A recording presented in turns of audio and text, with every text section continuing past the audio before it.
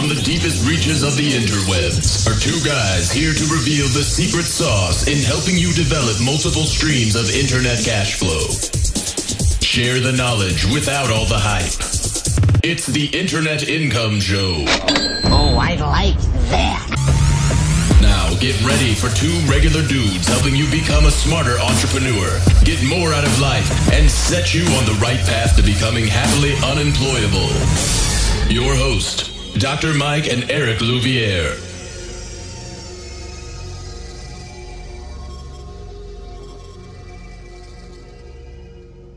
Hey everybody, this is Dr. Mike Wiming. Welcome to another edition of the Internet Income Show. Good morning, good afternoon, and good evening. And you're listening to the recap of the Traffic and Conversion Conference edition of the show today. And you might think that Eric is unusually quiet today, and that's because he was given a doctor's note to get time off. Last week, he and his beautiful wife celebrated another child, Savannah Louviere, born last week. So if you see him on his Facebook, just congratulate him and his wife on their, I call it the best launch ever. And so they are still really tired. And for someone who knows that firsthand, of having a newborn and nieces and nephews, I can definitely sympathize for what they're going through. So he's got a permission slip, a doctor's note to take time off. So I am still recovering and decompressing from an incredible event, and that happened at the Manchester Grand Hyatt in downtown San Diego, put on by my friends Ryan Deiss and Perry Belcher, the Traffic and Conversion Conference. And I can actually remember, and I didn't have a chance to talk to Ryan with this. He was just obviously just inundated by folks. But I think I actually was at the first event that Ryan spoke on stage.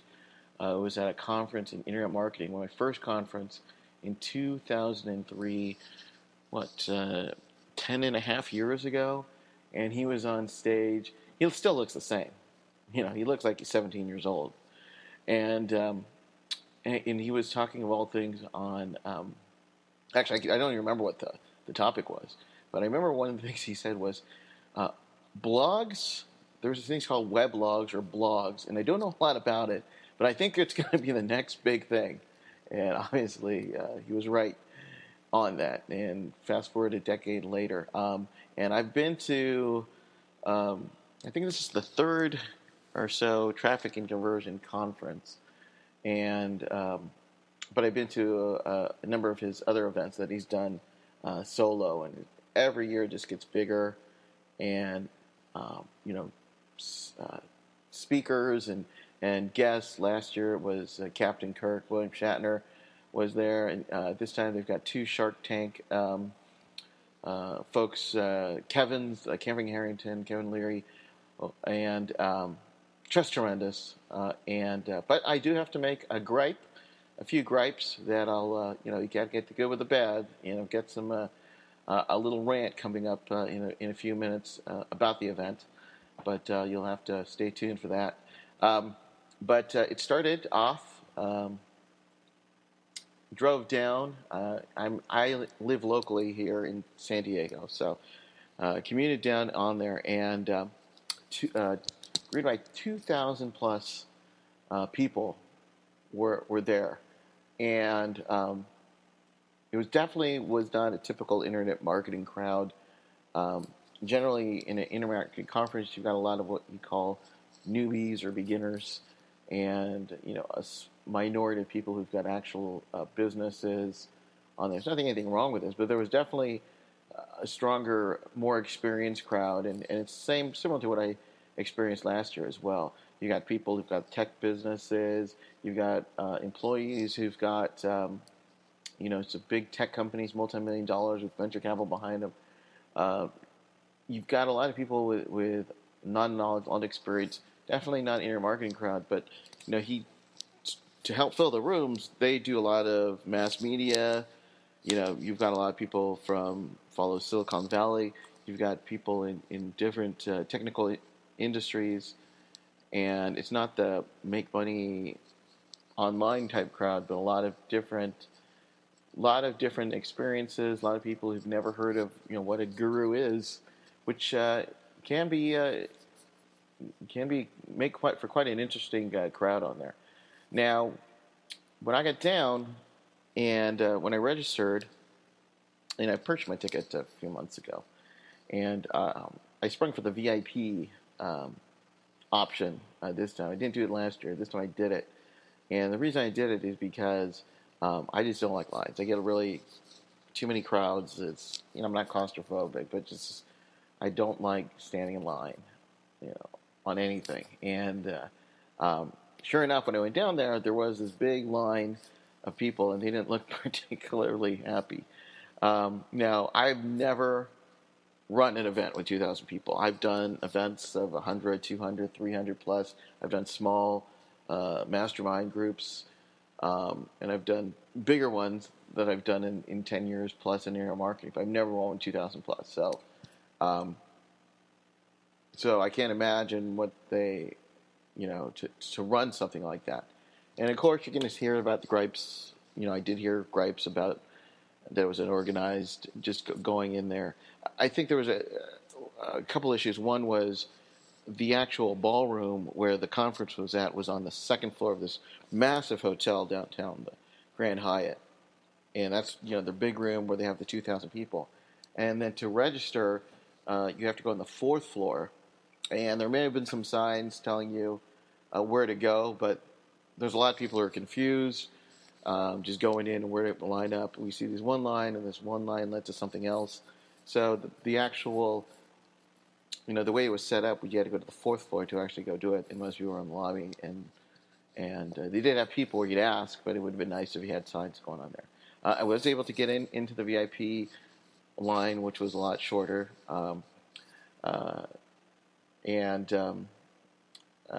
Was nice was that there was I didn't realize that there was a VIP networking cruise that was on the second day where you can network with VIP people, and we'll talk about that coming up.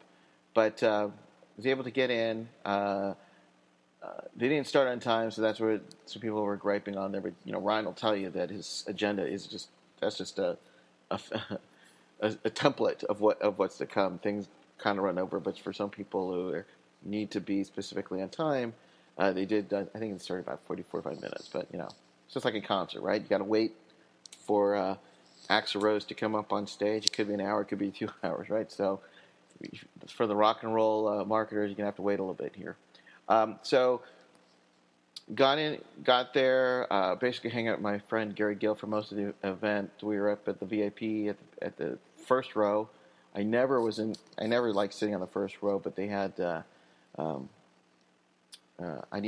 wanted to use my computer and be able to use the plugs. For the VIPs, they have an outlets, and you get to sit on a table. So if you're going to go to the event, I would highly suggest you get the VIP for next year, wherever it's going to be at. And so I also am not big at sitting in rooms for a long time. I did a lot of that when in medical school, and I have a little hard time sitting for long. So I didn't go to all the events on those recaps, so I'm just going to let you know right now.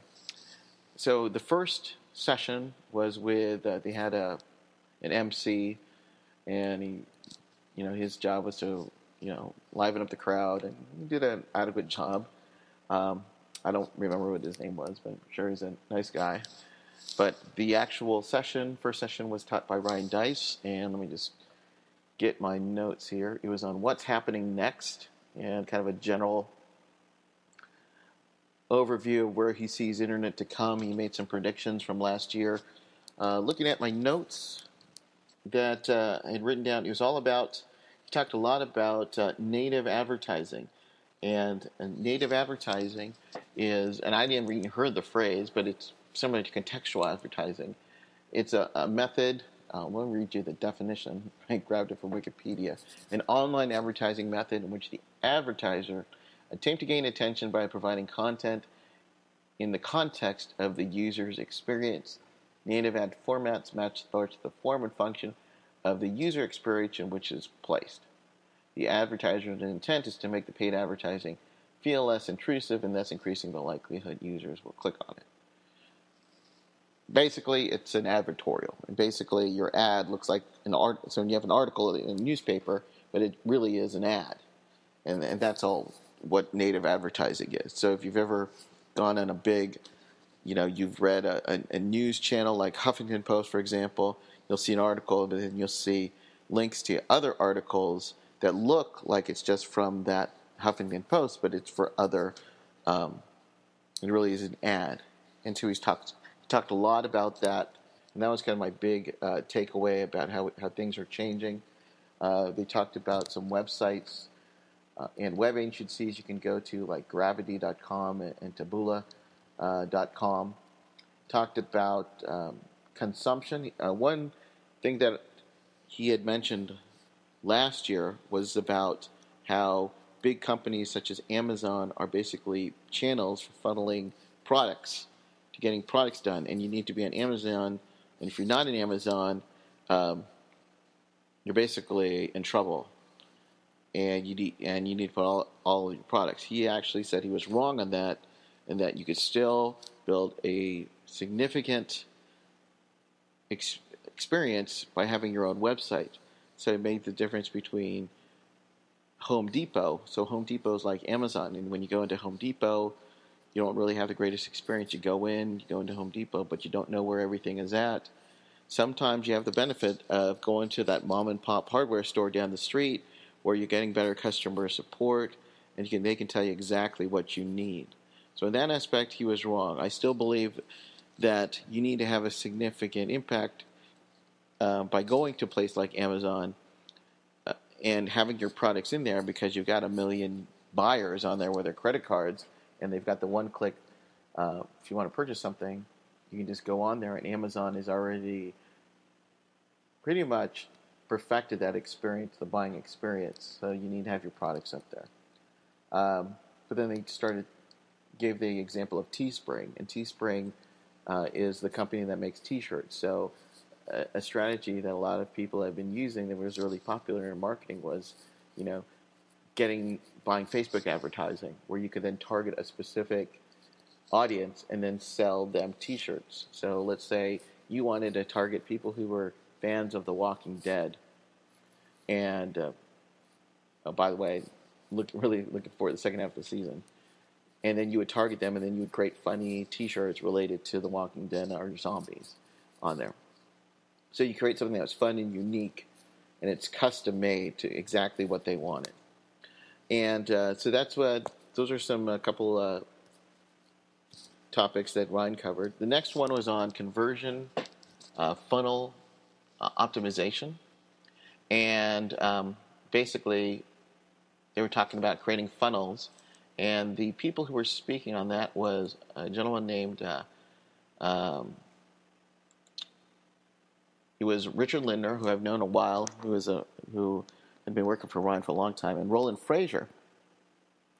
And what's interesting about this is Roland Frazier is a very smart gentleman who has been partnered up with Perry Belcher.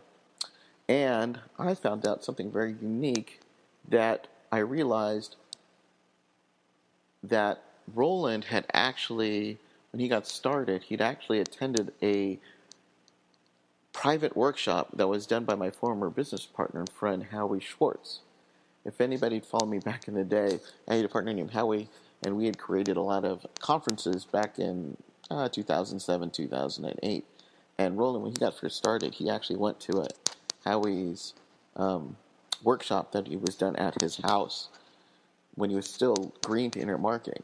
Fast forward now, he's actually partnered with now Ryan and Perry, and have made this big, conglomerate digital marketer, which, has all these great conferences and everything like that. But if you didn't attend, I'm going to argue, if you didn't attend Howie's workshop, this whole thing would never happen. So I've come to the conclusion, this whole thing, I'm responsible for everything.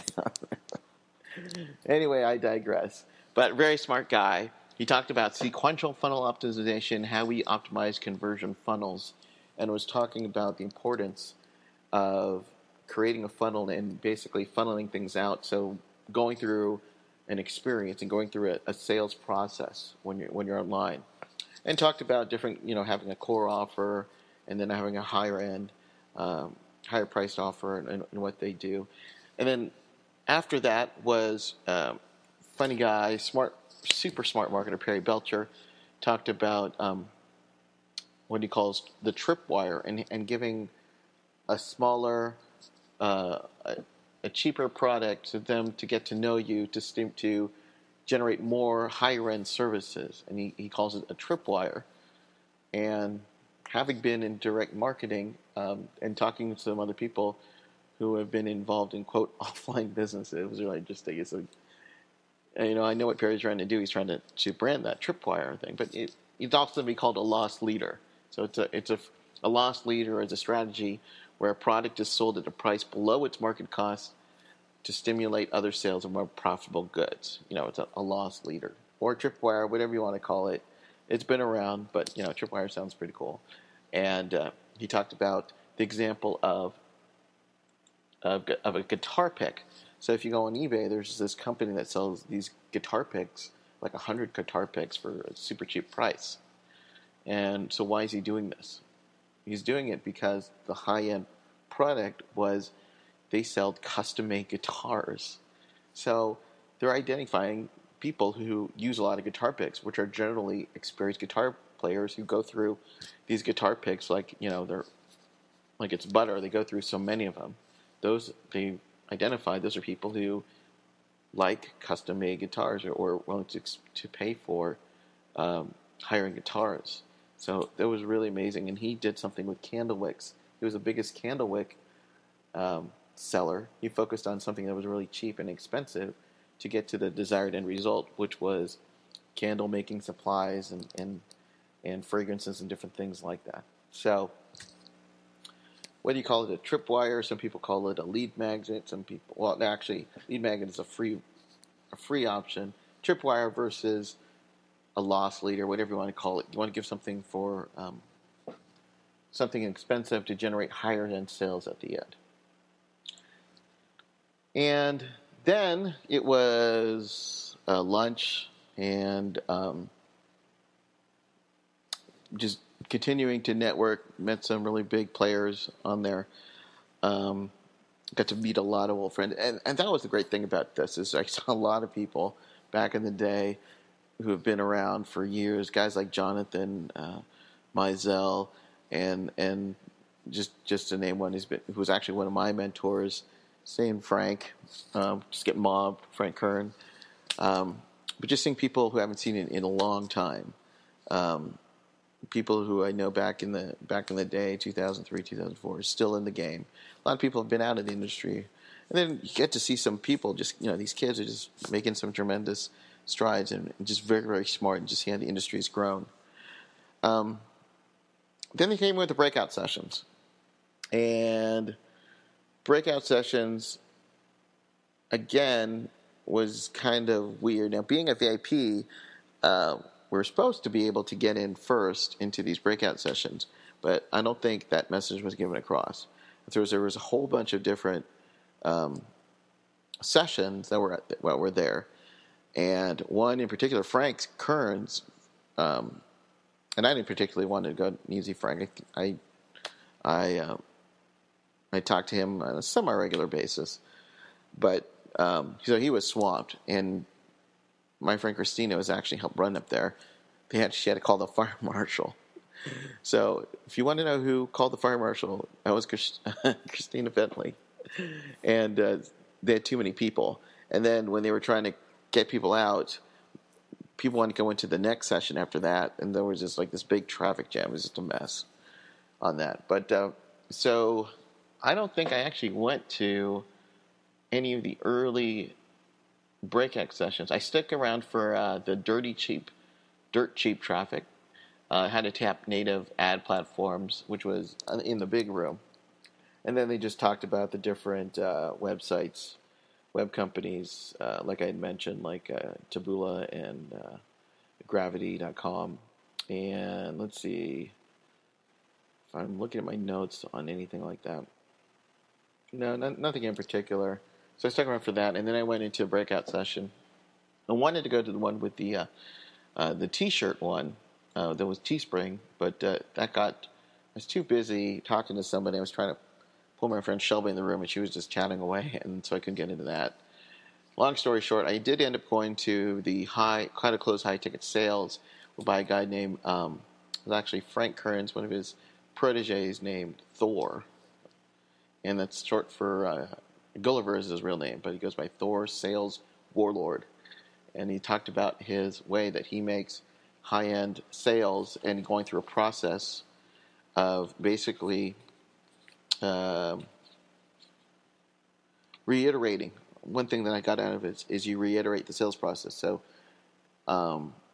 use phrases like, so when you got a prospect, you want them to know that you've been listening to them. So you want to reiterate what they did. So you're saying, so you're telling me that your business is struggling and you want to go through the next level, but you don't have a lot of time and you want to learn more about outsourcing. And one of your goals is to learn how to outsource more clients. Is that what you're saying?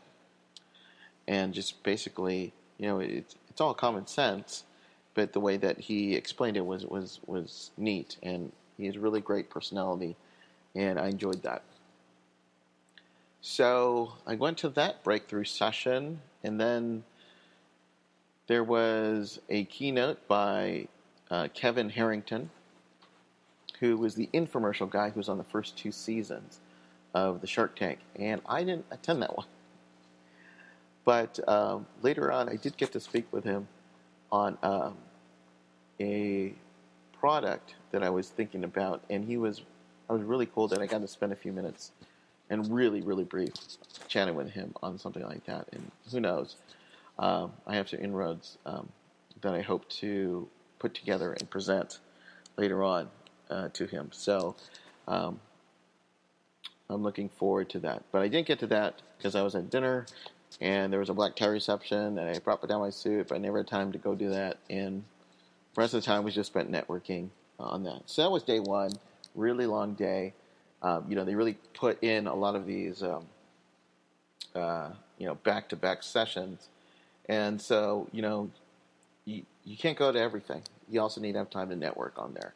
And I didn't get to go to everything. Day two was, we talked about, let me pull up my notes from that, a recap.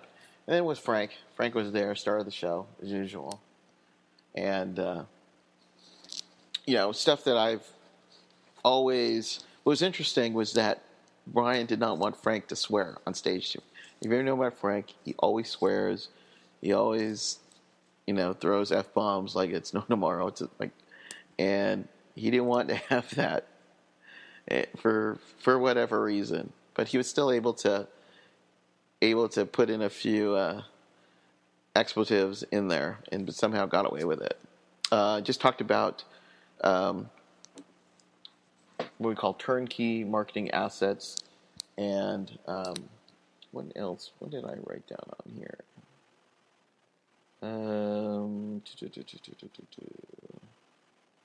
Basically about being an authority, just being an authority in your a celebrity in your genre, especially if you wanted to do high-end type selling, and pre-framing it. So he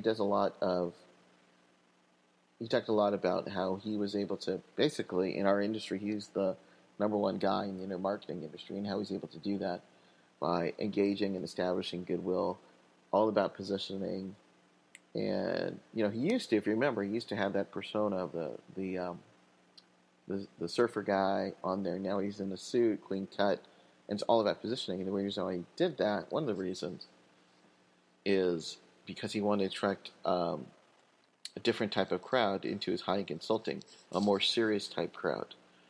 Not that he totally doesn't have that surfer image, and that comes out, believe me, but he made a conscious effort to position himself, and also to position himself with somebody in different realms, so that that brings in more prospects and leads on there. And went through different case studies that he's done. He uses surveys to survey an audience, and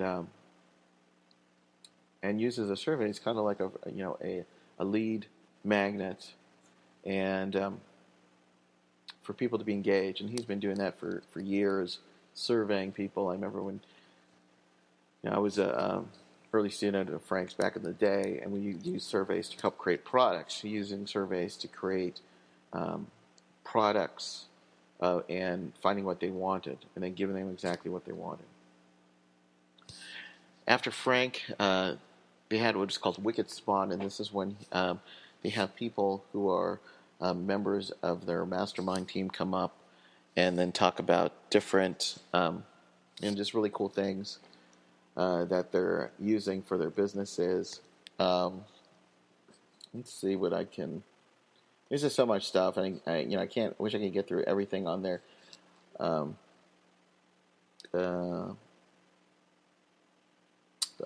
One thing that was put together by Neil Patel, who I've been following for a while. He's the founder of Crazy Egg, using what are called animated graphics that basically increases conversions by having. You can have imagine having an infographic, but having that infographic be animated and make it more interesting. That increased conversions. They had the guys from Beachbody, the P90X, T25, Insanity. What they're using long-form sales letters, and so that was cool. The next session was on Steal These Campaigns, and for some reason they had Frank Kern in there, and he didn't say anything, like some crack jokes. So maybe, I don't know, he was just there but he didn't really present anything. It was Richard Lindner, Roland, Ryan, and Perry were on stage, and he just went through certain campaigns on there.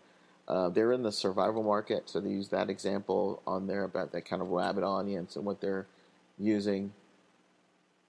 And that was the morning sessions. Day 2 was a bunch of breakout sessions. I had something else I had to do, and it was doing more networking, so I didn't attend any of those. Sorry about that.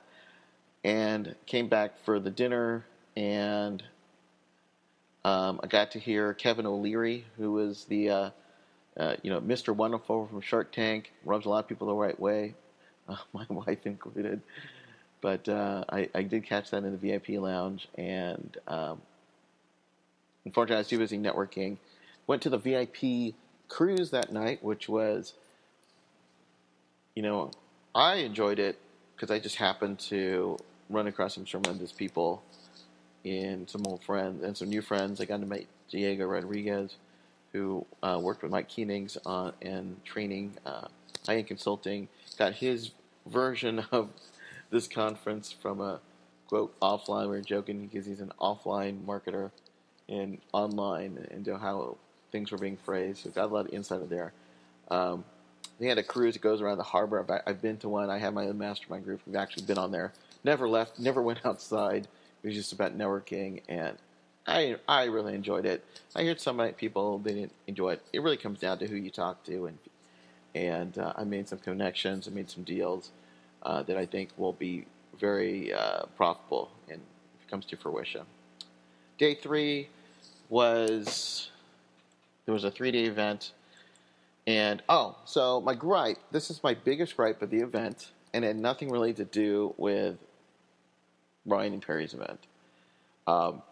So generally, I'm usually running late, so I'm just valeting my car on there, and it's fine. You pay what valet does, and it's fine. And they said that there was some valet coupon or something that you get in. I asked around. I had no idea, ever heard about it. But anyway, so I'm valeting it, but then I'm also on the second day. I was like, it's just fine. This time I just park it in the self park and save a few bucks. The self park was the same cost as the valet, just about, and it was just longer wait on there, and I thought that was crazy. I thought it was just parking. So I actually had to leave the conference. So on that second day, I self-parked, and then I valeted it, and it was like $100 almost in parking for that day. And it was fine. It's the principle of the thing. It's not about the money. It's the principle of the thing. But what bugged me was I was coming home late that second night. It was late for me. It was like midnight. So I'm leaving in valet. And this guy, and I think he was drunk or whatever. No, I hope he wasn't drunk. No, I take that back. He wasn't drunk. He was just obnoxious. But he made this excuse that he was there for the party, and when the valet guy asked him to get his ticket, he lost his ticket. And then the guy said, well, if you're at that party, oh, well, they give you a discount, so it's like $17 for the valet. And the guy took it and left. Then when he comes to me, who has the ticket, and I parked about the same amount of time, but because I had my ticket, mine was $38. And I almost said to him, I said, so, if I lie too and say I lost my ticket, can I get the discount as well? So that really bugged me. So if you are at the Manchester Hyatt, and just tell them you lost your ticket, because they'll give you a discount, apparently. But for people who are honest and produce their ticket, and responsible that they should do it, they're actually charged twice as much on there. So just like this little note to yourself, sometimes it's cheaper to lose your ticket. Anyways, that's my gripe. I can talk about some other gripes on there of D-bag and marketers, but that'll be for the private podcast we'll do later. No, you don't want to hear that, because all it has to be about positivity, right? Surround yourself with positive people. Day 3 was where I got to hear Kevin Harrington speak at, and so I've got one of my former students actually works up in QuickBank, and actually brought him up, helped bring him to this event, and I was able to get, and I'm using the phrase really, really wrong, but I had a private session or a conversation with Kevin after the event, or after his talk. He was just inundated, as you would think, but I got to run something by him that I think, project that I'm putting together, that I think, hopefully they think that he would enjoy in looking into. But anyway, if you don't know him, if you don't know anything about infomercials, you probably heard of the Ginsu knife, Tony Little, the Gazelle, the fitness, Billy Mays. He helped Billy Mays' first infomercial, the Medicus, which my father-in-law bought. It's a golf aid driver that you use that collapses if your form isn't correct. He brought all those, sold $500 million worth of product, or actually I can't remember what it was, but he talks about his infomercials and just really cool insight. Amazing how cheesy some of the infomercials look at today are kind of funny. He talks about his failures and the successes. It was really, really good. And then, be honest, the rest of it I just spent networking the rest of the day, and didn't stay for the awards or anything like that. I think I left early the last time too. But you always try to find a balance between going to events and networking. I've been to some events where I remember being to some events I never even set foot in the room. I was just networking all the time. But all in all, it was a great event. I enjoyed it quite a bit. And one of the things that I noticed, is that there really are 4 types of internet marketers. Well, actually make that 5. Well, your first internet marketer is people who don't really do anything. So I guess they don't really call them much. And when you're going through the different types, you want to find out, which one are you? Let's say there's 4 successful type of internet marketers. You got the one type of internet marketer who's like the affiliate marketer. You just want to be completely anonymous. They've got their affiliate marketing. They're making buttloads of money, or hope to making it. They're just buying media, selling affiliates. They want to be in affiliate marketing because they don't want to do anything customer support. They just want to be anonymous. And they just buy tons of traffic. You'll see these guys at Affiliate Summit and places like that. That's your one type. Then you got your freelancers. These are your consultants.